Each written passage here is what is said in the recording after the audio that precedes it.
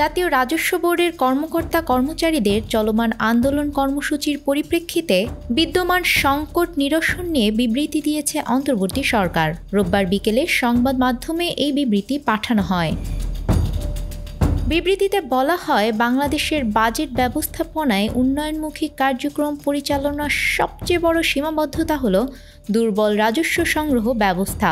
রাষ্ট্রের প্রয়োজনের তুলনায় আমাদের রাজস্ব সংগ্রহ অনেক কম। এর মূল কারণ হল আমাদের রাজস্ব আহরণ ব্যবস্থাপনার নানা দুর্বলতা, অনিয়ম ও দুর্নীতি। এর পরিপ্রেক্ষিতে অন্তর্বর্তী সরকার সকল অংশীজনের পরামর্শ অনুযায়ী জাতীয় রাজস্ব বোর্ড পুনর্গঠনের সিদ্ধান্ত নিয়েছে।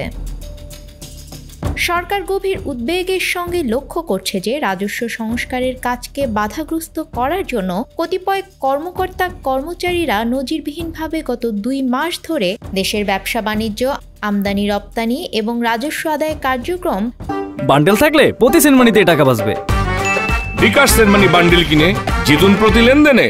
অন্যায়ভাবে ব্যাহত করে আন্দোলনের নামে চরম দুর্ভোগ তৈরি করেছে। সংস্কারের বিরোধিতা ছাড়াও অর্থ বছরের শেষ 2 মাসে তারা রাজস্ব আদায় কার্যক্রম মারাত্মকভাবে বাধাগ্রস্ত করেছে। এই তথাকথিত আন্দোলন পরিকল্পিত ও দুরভিসন্ধিমূলক, যা জাতীয় স্বার্থ এবং নাগরিক অধিকারের চরম পরিপন্থী। সরকারের পক্ষ থেকে রাজস্ব বোর্ডের কর্মকর্তা কর্মচারীদের দাবি বিবেচনায় নেয়ার সুস্পষ্ট ঘোষণা দেয়া হয় এবং আলোচনায় আসার আহ্বান জানালেও তারা তা অগ্রাহ্য করেন।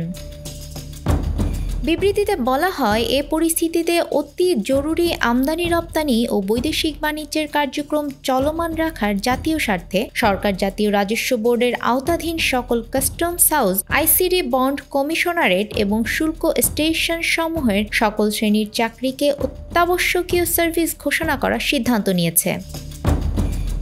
আমরা আশা করি অনতিবিলম্বে কর্মকর্তা কর্মচারীরা কর্মস্থলে ফিরে যাবেন এবং আইন বিরোধী ও জাতীয় স্বার্থ বিধ্বংসী কর্মকাণ্ড থেকে সরে আসবেন। অন্যথায় দেশের জনগণ ও অর্থনীতির সুরক্ষায় সরকার কঠোর হতে বাধ্য হবে। নিউজ ডেস্ক, আমাদের সময়।